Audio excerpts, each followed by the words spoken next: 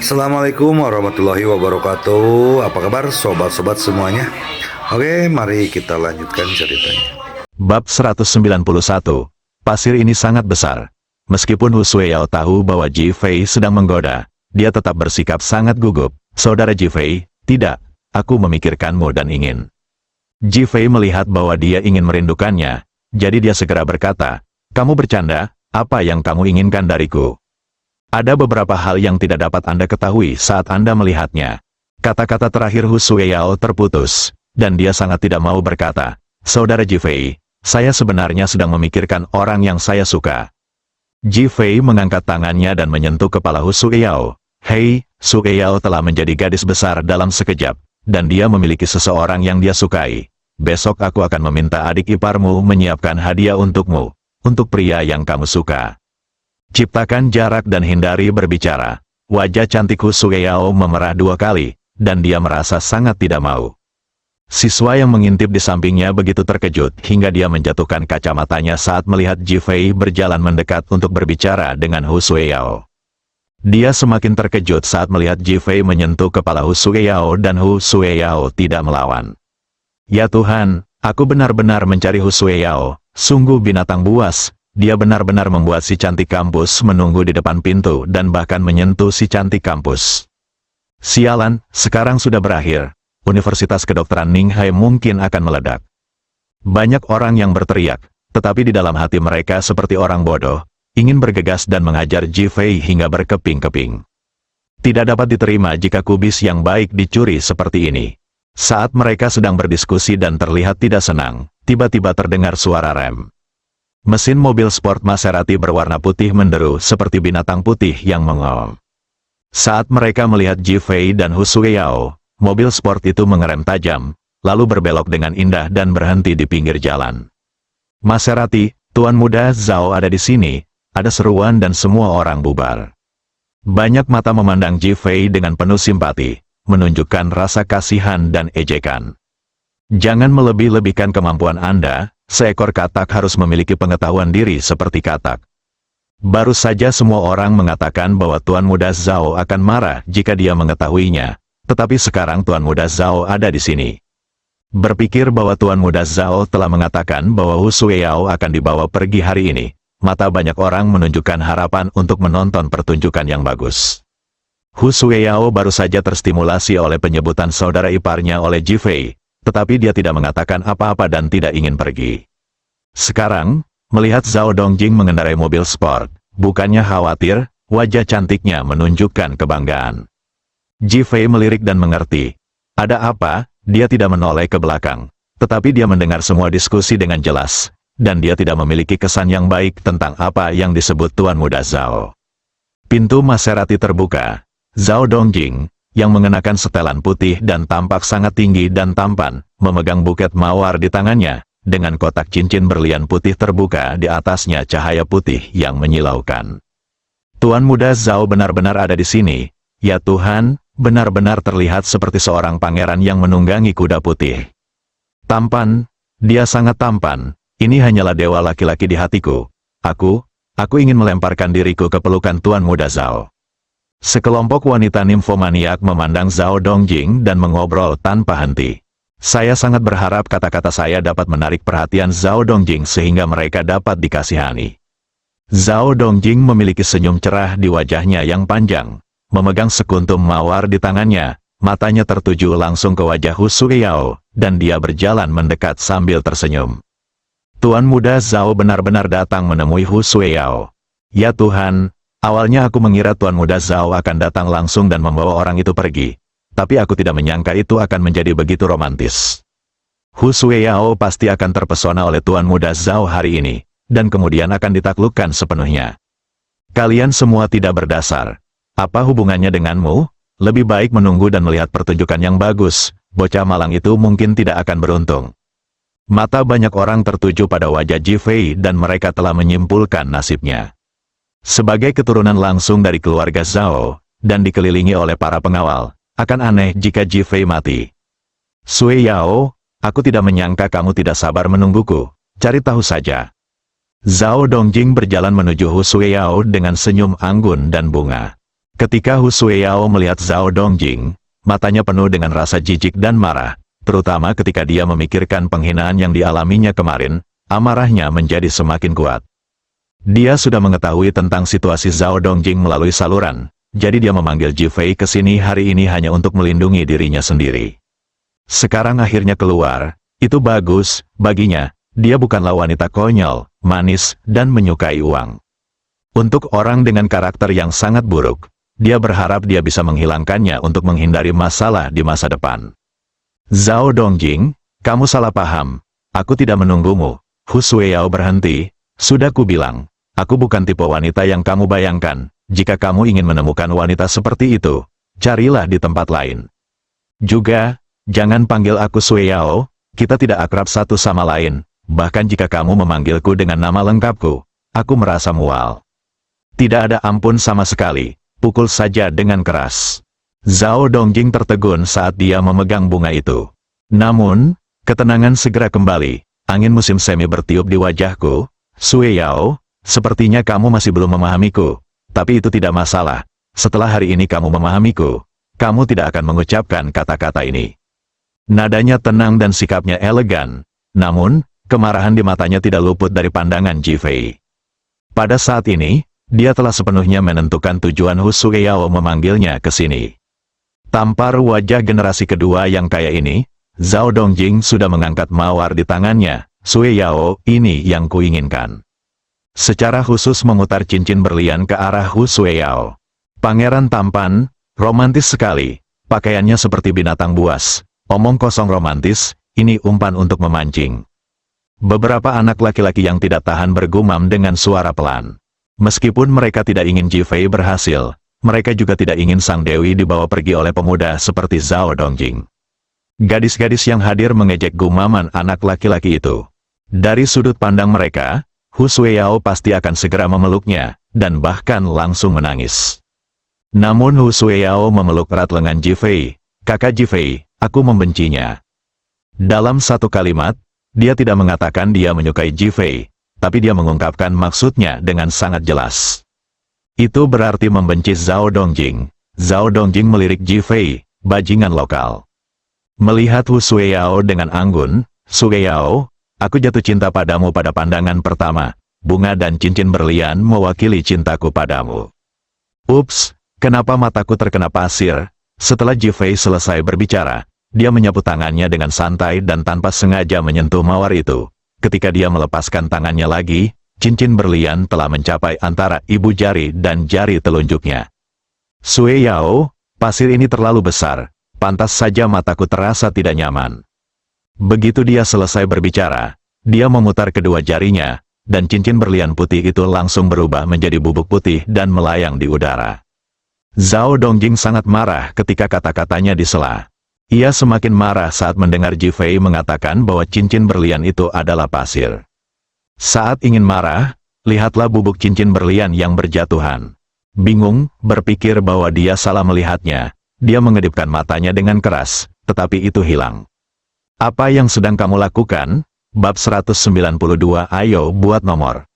Ji Fei sepertinya tidak menyadari bahwa dia telah membuat marah Zhao Dongjing. Dia mengangkat tangannya dan mengusap matanya. Pasir di mataku tadi terlalu besar, untungnya, itu bukan kotoran mata. Melihat Zhao Dongjing menatapnya dengan tajam, dia tampak malu dan bertanya, apakah masih ada pasir di mataku? Puff, Hu Sueyao tertawa, mengambil kesempatan untuk bersandar pada Ji Fei, dan menatap Zhao Dongjing dengan mata menggoda yang bersemangat. Ketika Zhao Dongjing mendengar tawa Hu Sueyao, dia merasa seolah-olah dia telah ditusuk 2 kali. Nak, bukan karena matamu memiliki pasir, tetapi air di kepalamu. Ji Fei berbalik dan melihat ke tanda sekolah. Bukankah ini Universitas Kedokteran Ninghai, sebuah institusi pendidikan tinggi? Mengapa beberapa orang menggunakan kata-kata makian dan makian ketika mereka membuka mulut?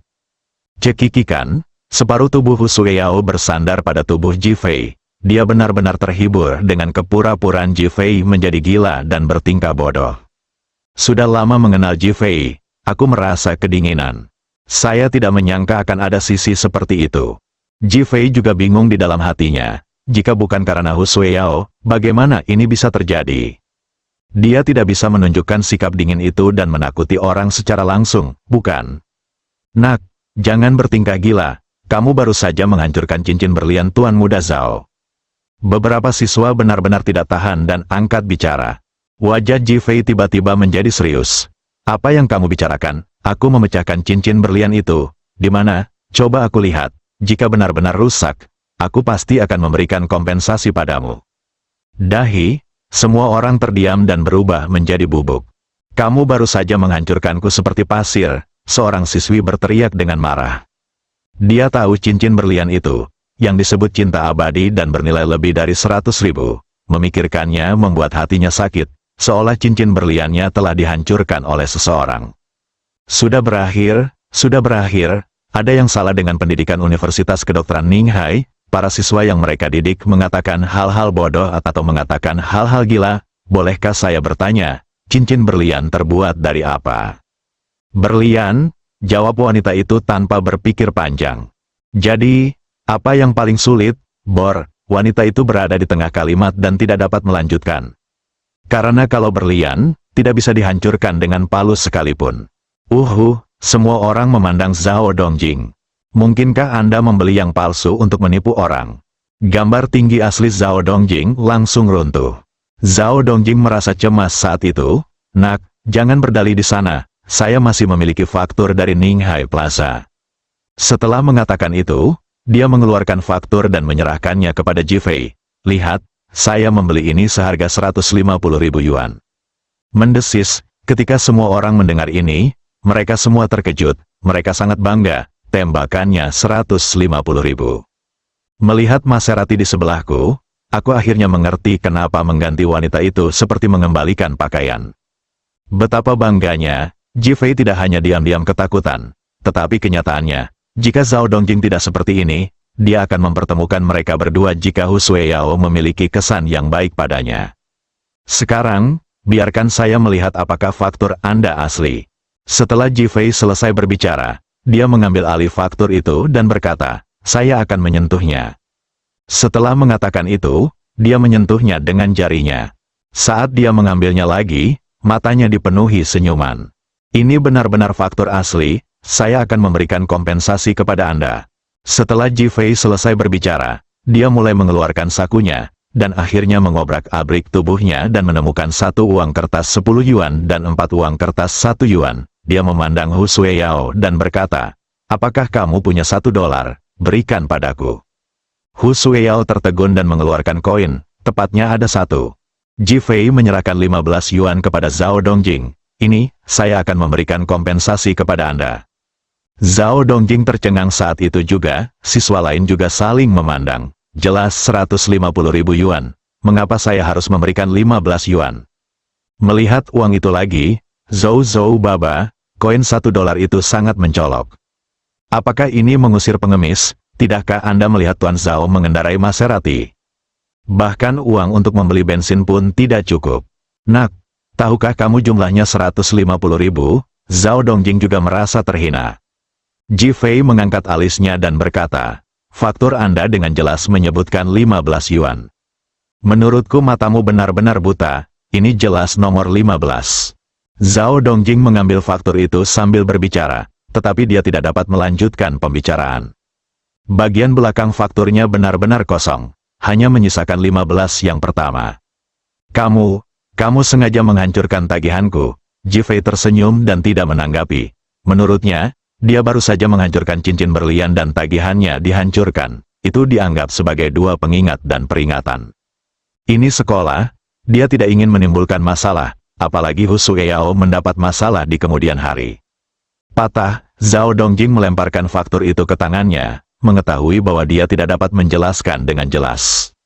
Siapa kamu? Apa hubunganmu dengan Hu Sueyao? Dia cemburu saat melihat kedekatan hubungan antara Hu Sueyao dan Ji Fei.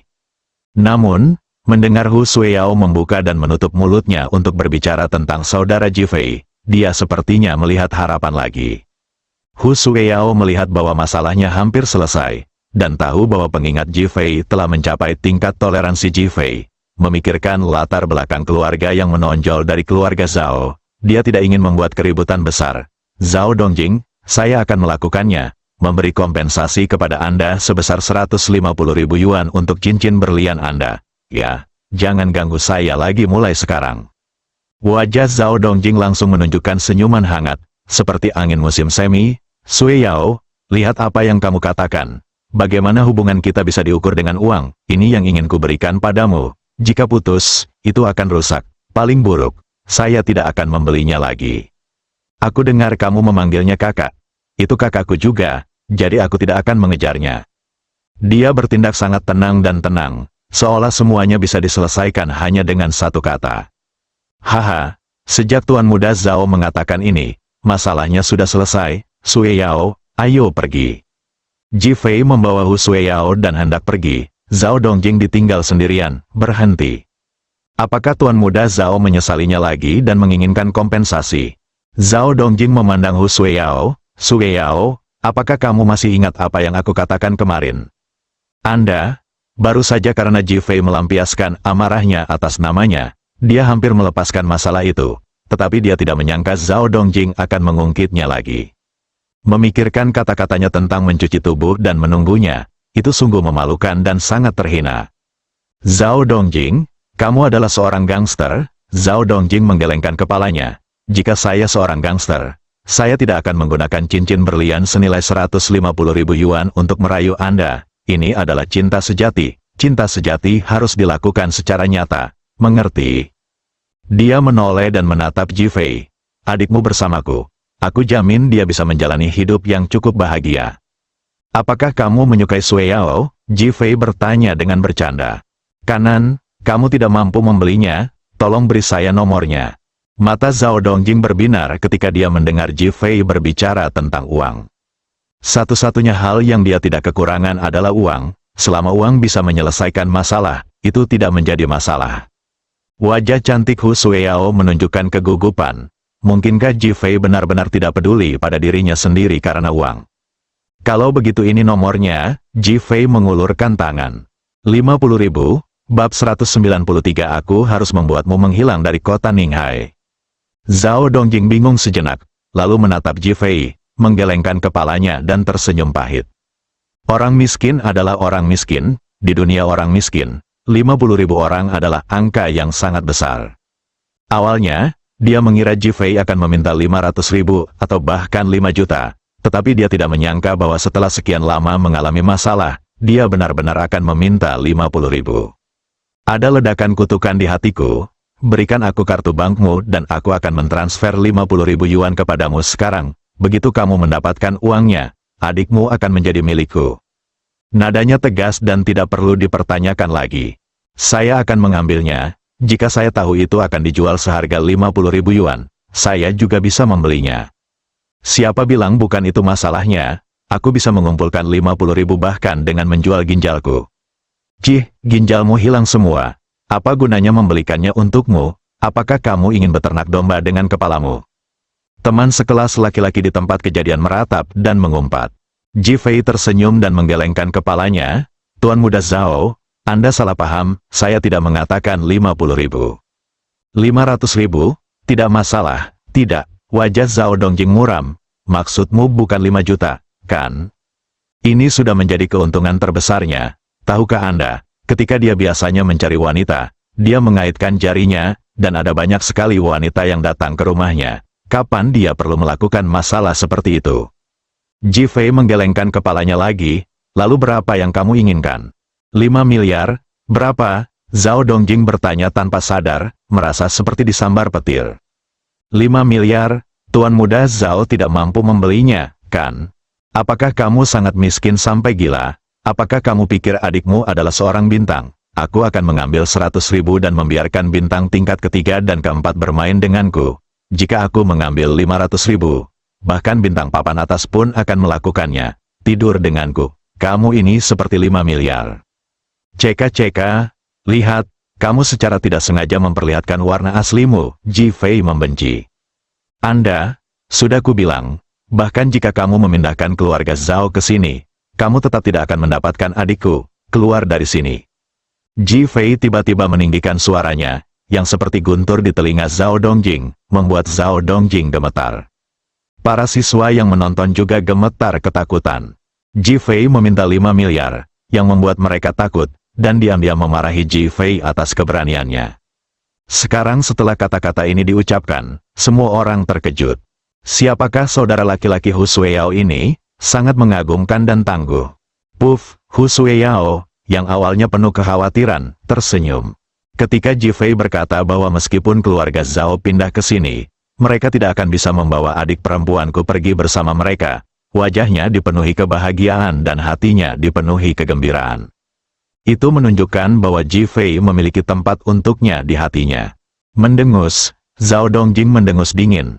Nak, aku memberimu 50.000 karena aku sangat menyukai Hu Sueyao. Jika kamu tidak menerimanya, aku jamin kamu akan menyesalinya.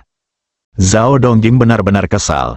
Dia awalnya mengira Ji Fei hanyalah karakter kecil, tetapi dia tidak menyangka bahwa rangsangan untuknya semakin kuat. Tidak hanya nafsu makannya yang besar, dia juga jelas tidak menganggap serius keluarga Zhao. Ini benar-benar tidak bisa diterima, karena kita tidak bisa melakukan percakapan yang baik. Mari kita berkomunikasi dengan baik.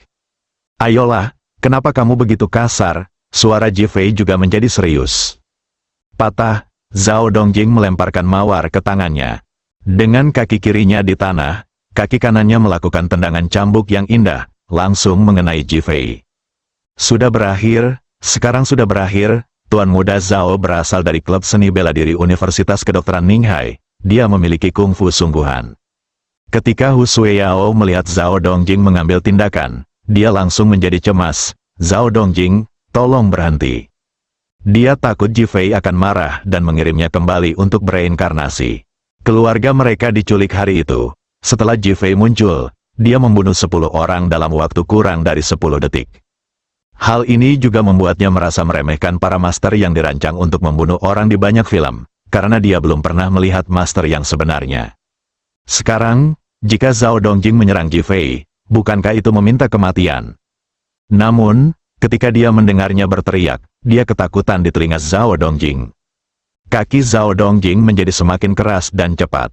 Ji Fei berdiri di sana tanpa bergerak, dengan 2 kata muncul di matanya.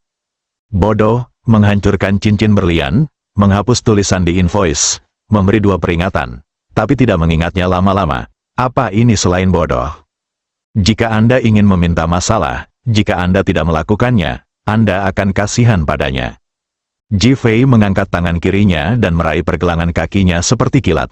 Lalu dia dengan cepat melangkah maju dan memukul dada Zhao Dongjing dengan bahunya. Dia meraih pergelangan kakinya dengan tangan kirinya dan melemparkannya keluar, mengenai dadanya langsung dengan bahunya. Ah! Zhao Dongjing menjerit, terbang, dan jatuh ke tanah. Ya Tuhan! Apakah orang ini begitu kuat? Dia benar-benar menjatuhkan Tuan Muda Zhao dengan satu gerakan. Cih! Apa gunanya itu? Begitu pengawal Tuan Muda Zhao keluar, akan aneh jika dia tidak menjadi cacat. Ia datang, pengawal Tuan Muda Zhao ada di sini. Saat para siswa di sekitarnya masih berdiskusi, 2 pengawal Tuan Muda Zhao berlari dengan cepat. Melihat Zhao Dongjing terbaring di tanah, Ji Fei menatap dengan dingin, dan kemarahan pengawal itu tiba-tiba melonjak. Sialan, kamu berani menyentuh Tuan Muda Zhao, kamu mati. Ketika Zhao Dongjing melihat pengawal itu datang, dia langsung merasa percaya diri, pergi, bunuh dia, pukul dia sampai mati. Kedua pengawal itu kini memegang pedang Sang Fang. Nak, ingat, hari ini tahun depan adalah hari peringatanmu. Kedua pengawal kuat itu, seperti tinju seukuran mangkuk berukuran sedang, memukul kepala Ji Fei. Hu Sueyao tidak takut sama sekali. Sebaliknya, dia mengayunkan tinjunya dengan penuh semangat. Saudara Ji Fei, kalahkan mereka dan selamatkan mereka agar tidak menggangguku lagi. Ji Fei melihat tinju kedua pengawal itu, menggelengkan kepalanya dan menghela nafas. Kamu benar-benar bodoh. Ketika kata-kata jatuh, orang-orang bergerak. Tinju kedua orang itu tiba-tiba berhenti di udara. Mata mereka menatap kosong ke depan, seperti 2 orang bodoh. Karena kehilangan target, Ji Fei, yang baru saja berdiri di depan mereka, sepertinya telah menguap dari dunia dan menghilang. Detik berikutnya, ledakan, terdengar suara ditendang. Aduh, kedua pria tersebut menerima tendangan di pantat. Ji Fei memberinya hukuman kecil dan peringatan. Ji Fei kembali ke tempatnya semula, seolah tidak terjadi apa-apa. Zhao Dongjing melihat dua pengawal dipukuli dan mengira mereka tidak bekerja keras. Sampah, ayo, patahkan kakinya. Kedua pengawal itu awalnya mengalami depresi. Mereka juga merupakan sosok yang luar biasa di antara pengawal keluarga Zhao, tetapi sulit untuk menerima bahwa mereka dikalahkan dengan mudah oleh pihak lain. Jangan khawatir, Tuan Zhao. Setelah kedua orang itu selesai berbicara, mereka berbalik dan bergegas menuju Ji Fei lagi. Kali ini, dua orang mengambil tindakan pada saat bersamaan. Ji Fei melihat kedua orang itu tidak memiliki ingatan, wajahnya dingin, dan dia menyapu dengan tendangan cambuk. Klik, klik, suara tajam tulang patah terdengar.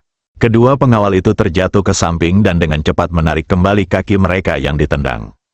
Sambil memegangi kaki yang baru saja bertumpu di tanah, dia mengeluarkan jeritan yang menyayat hati. Rusak, benar-benar pecah menjadi dua, wajahnya pucat dan dia berkeringat banyak. Aku pergi, orang ini adalah master. Terjadi diskusi di antara siswa di sekitarnya. Ji Fei bertepuk tangan dan memandang Zhao Dongjing. Tuan muda Zhao, izinkan saya memberitahu Anda, Hu Sueyao adalah saudara perempuan saya. Mulai sekarang, menjauhlah dari saya. Jika Anda berani melakukannya lain kali, saya tidak akan pernah membiarkan Anda berdiri. Setelah mengatakan itu, dia mengabaikan Zhao Dongjing dan pergi bersama Hu Sueyao. Zhao Dongjing butuh waktu lama untuk bereaksi, dan dia membanting tanah. Kamu bajingan, tunggu saja aku akan membunuhmu. Bagi Zhao Dongjing yang pesolek, penghinaan ini tak tertahankan. Sayang sekali, keluar dari sini, berhenti mencari. Bujuk semua orang menjauh, berdiri, masuk ke mobil, dan pergi. Aku harus membuatmu menghilang dari kota Ninghai. Api balas dendam Zhao Dongjing mulai menyala terang. Bab 194 Paman adalah Ultraman yang asli persimpangan. Ji Fei berhenti dan melihat ke arah Hu Sueyao. Hari ini saya akan membantu Anda memberinya pelajaran. Jika dia menumbuhkan otak, dia tidak akan mengganggumu lagi. Jika dia tidak menumbuhkan otak, dia mungkin akan mendapat masalah nanti. Hu Sueyao tersenyum main-main. Saya tidak takut masalah.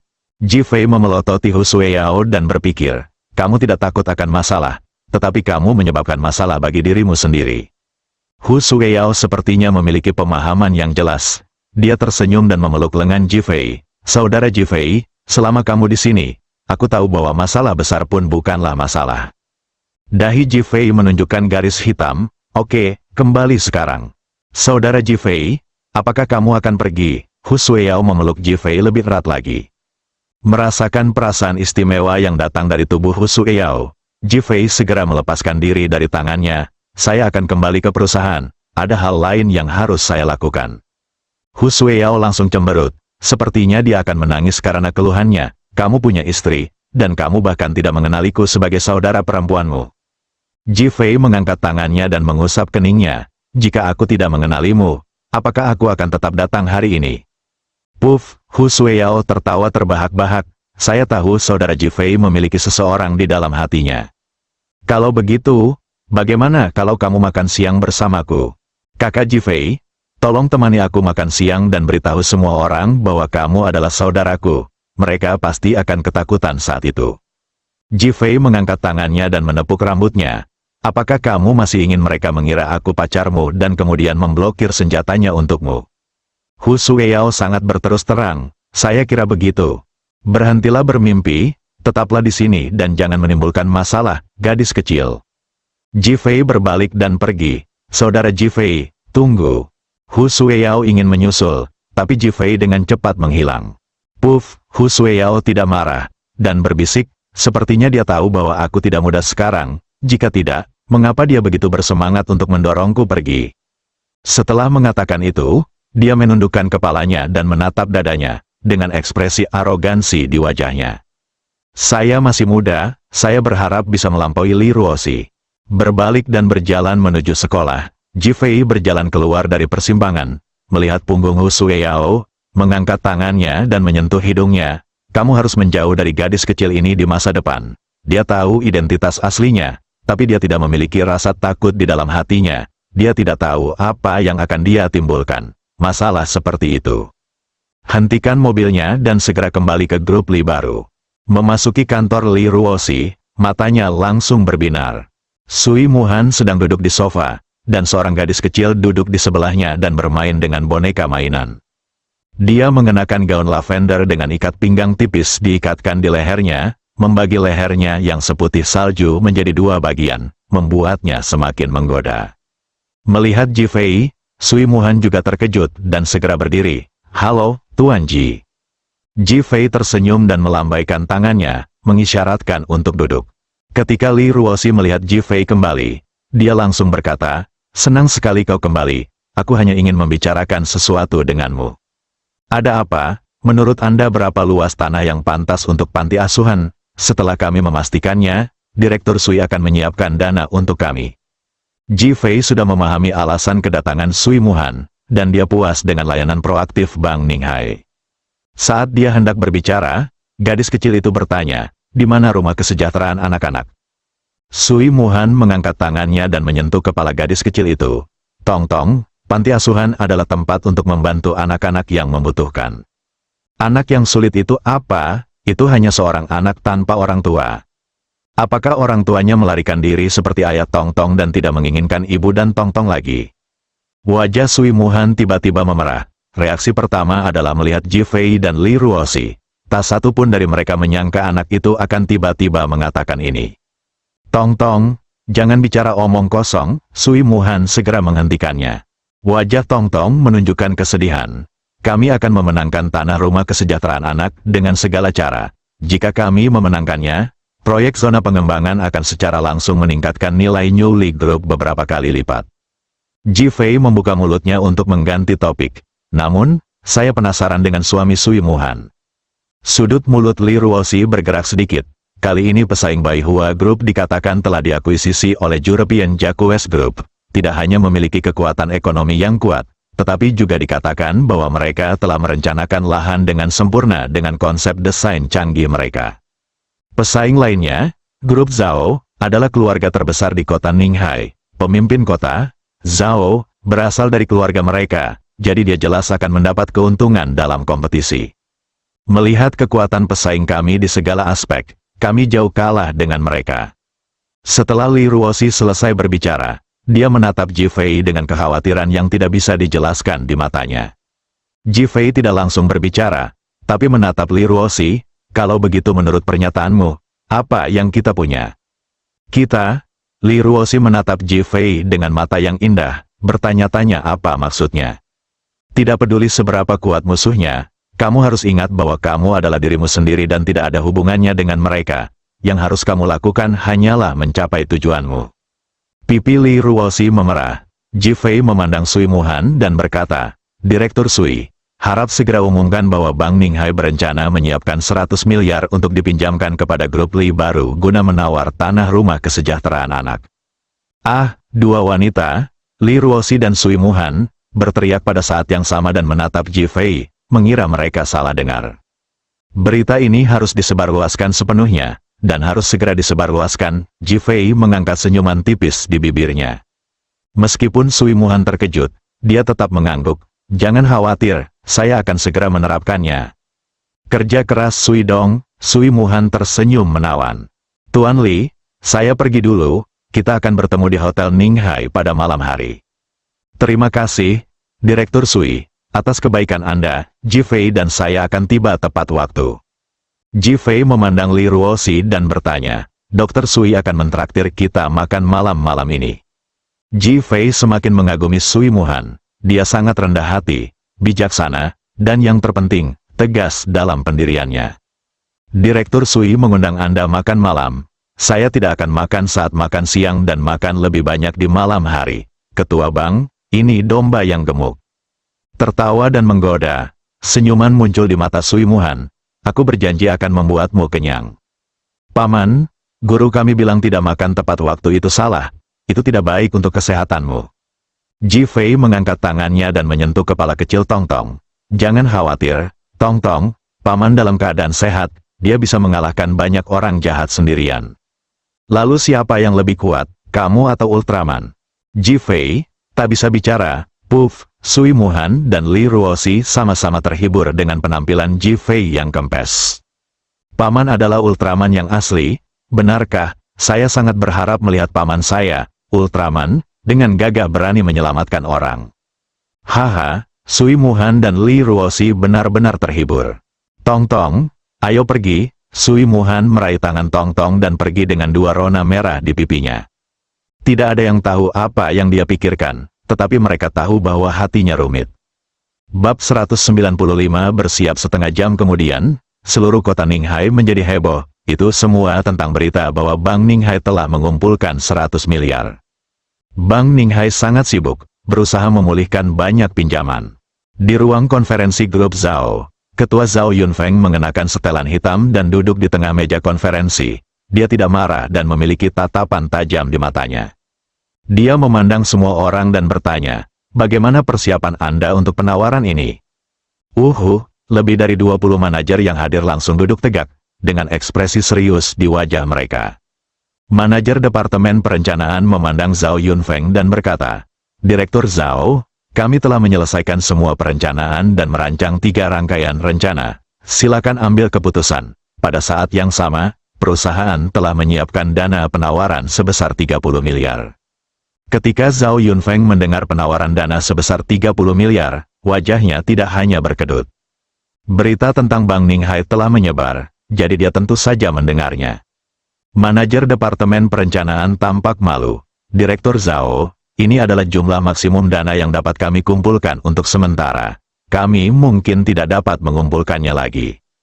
Zhao Yunfeng mengangguk. Apa yang dilakukan grup Li baru itu gila. Saya tidak merekomendasikannya, dan saya tidak setuju dengan itu. Ekspresikan pendirian Anda segera. Manajer perencanaan menghela nafas lega.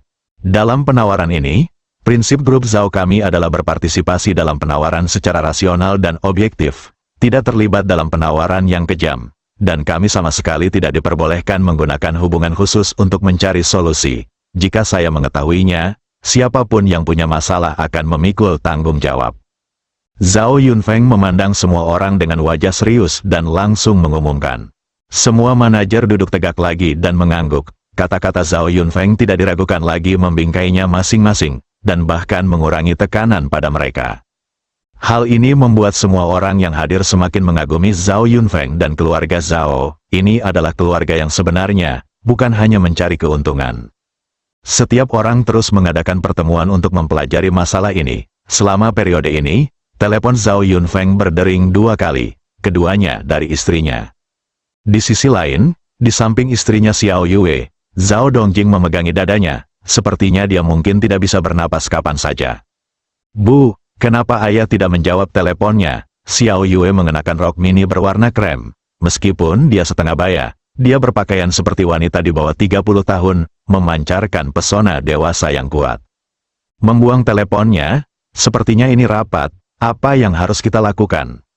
Zhao Dongjing dipukuli oleh Ji Fei dan tidak berani menemui ayahnya secara langsung. Zhao Yunfeng tidak tahu tentang perselingkuhannya di sekolah. Jadi dia berlari kembali untuk mencari ibunya. Xiao Yue sangat marah ketika dia mendengar putranya dipukuli karena melamar. Menurutnya, meskipun Anda tidak setuju, Anda tidak boleh memukul seseorang. Selain itu, anak-anak dari keluarga Zhao tumbuh dengan kunci emas di mulutnya. Jika Anda hanya mengatakan bahwa Anda sedang mencari menantu perempuan di kota Ninghai, Anda tidak tahu berapa banyak orang yang akan bergegas untuk mendapatkannya. Telah menikah. Menolak, pukul seseorang, itu adalah provokasi bagi keluarga Zhao. Meskipun dia marah, dia juga tahu bahwa keluarga Zhao sangat ketat terhadap anggota keluarga mereka, dan dia telah merusak perilaku Zhao Dongjing. Dia telah menyeka pantatnya berkali-kali secara pribadi selama bertahun-tahun, dan dia telah membayar lebih dari 10 wanita untuk menetap kehamilan mereka. Dia menatap tajam ke arah Zhao Dongjing. Ayahmu adalah pria keluarga yang serius. Bagaimana dia bisa membesarkan bajingan sepertimu? Xiao Yue jarang menyalahkan Zhao Dongjing, yang membuat Zhao Dongjing segera menyadari ada sesuatu yang tidak beres, dan dengan cepat berkata dengan genit, bukankah ini karena ayahku menemukan ibu yang begitu cantik? Jika aku menemukan wanita cantik seperti ibuku, aku akan segera melakukannya. Tinggallah di rumah dan berikan kamu seorang cucu sesegera mungkin. Kemarahan yang akan dirasakan Xiao Yue langsung tertahan. Ayo kita lakukan ini, kita bisa menunggu sampai ayahmu kembali untuk membahas masalah ini. Sementara itu, aku akan meminta Zhao Hua untuk melindungimu. Ketika Zhao Dongjing mendengar tentang Zhao Hua, dia berpikir bahwa Zhao Hua telah pensiun dari pasukan khusus dan sangat kuat dalam pertempuran. Bahkan 5 atau 6 pengawalnya bukanlah tandingannya. Dengan dia, bagaimana mungkin anak Jifei itu dianggap tidak berguna? Dia segera mengangguk. Terima kasih, Bu. Xiao Yue mengangkat tangannya dan menepuk dahi Zhao Dongjing 2 kali. Ingat, laki-laki tidak boleh penuh dengan sampah setiap hari, atau mereka akan menjadi idiot di masa depan. Ya, jangan khawatir, Bu. Xiao Yue menyayangi putranya, jadi dia menelepon Zhao Hua dan meminta Zhao Hua untuk melindungi Zhao Dongjing. Dia juga secara khusus menyuruhnya untuk mendengarkan Zhao Dongjing sepenuhnya. Zhao Hua setuju, dan Zhao Dongjing pergi dengan penuh semangat. Xiao Yue menatap punggung Zhao Dongjing dengan ketidakberdayaan di wajahnya dan sedikit kebencian karena besi tidak bisa menjadi baja. Apa yang tidak dia duga adalah Zhao Dongjing menjadi lebih sombong dan semakin intens ketika dia memiliki Zhao Hua. Grup Bai Hua, Jack dan Hua Yue sedang duduk di kantor. Hua Yue terus membacakan kepada Jack tentang Bang Ninghai yang mengumpulkan dana ratusan miliar. Wajah Jack muram. Sialan, aku tidak menyangka Jifei menjadi cukup energi dan didukung oleh bank sebesar itu. Hua Yue mengangkat tangannya dan menepuk punggungnya. Jangan marah, itu tidak baik untuk kesehatanmu. Masalah utamanya sekarang adalah grup Li yang baru tidak kekurangan uang, dan grup Zhao lainnya memiliki hubungan dengan wali kota Zhao, sehingga kemungkinan besar akan menerima pilih kasih. Kami sekarang memiliki dana yang kuat dan konsep desain canggih dari Jacques Group. Jadi lelang ini mungkin akan menjadi situasi berkaki 3. Menurut Anda, apa yang harus kami lakukan? Dada Jack naik turun, wajahnya muram. Siapakah ketua Bang Ninghai? Sui Muhan, seorang ibu tunggal. Ibu tunggal, Jack bertanya dengan heran. Hua Yue mengangguk, tersenyum dan menggoda. Apakah kamu tertarik? Aku tidak tertarik padanya tanpamu, tapi aku tertarik pada anak-anaknya. Kamu mau? Jack meletakkan tangannya di mulut Hua Yue. Tidak baik mengatakannya. Dia mengeluarkan ponselnya dan menelepon. Undang putri ketua Bang Ninghai kepada saya. Bukankah dia mengumpulkan 100 miliar? Biarkan dia menggunakan uang itu untuk menebus anak itu. Patah, Jack menutup telepon. Sayang, kamu luar biasa. Ketika Hua Yue mendengar bahwa dia telah menukarkan anaknya seharga 100 miliar, dia begitu gembira hingga dia hampir meledak ke pelukan Jack. Jack langsung menjemputnya dan berkata, "Bagaimana kabarmu? Apakah kamu merasa aku menjadi pria lagi?" Hua Yue mengangguk berulang kali, "Ya, sangat men. Kalau begitu aku akan membuatmu merasa lebih men. Kamu sangat jahat." Pada pukul 6 sore, Jifei dan Li Ruoxi berkendara ke Hotel Ninghai. Li Ruoxi turun dari mobil dan menerima telepon dari Sui Muhan. "Kami akan naik ke atas sekarang." Li Ruoxi menutup telepon. "Jifei, percepat." Bagus, Jifei mengikuti di belakang dengan boneka besar di pelukannya. Mereka berdua hanya ingin segera masuk ke restoran itu dan tidak peduli ada sepasang mata yang melihat mereka.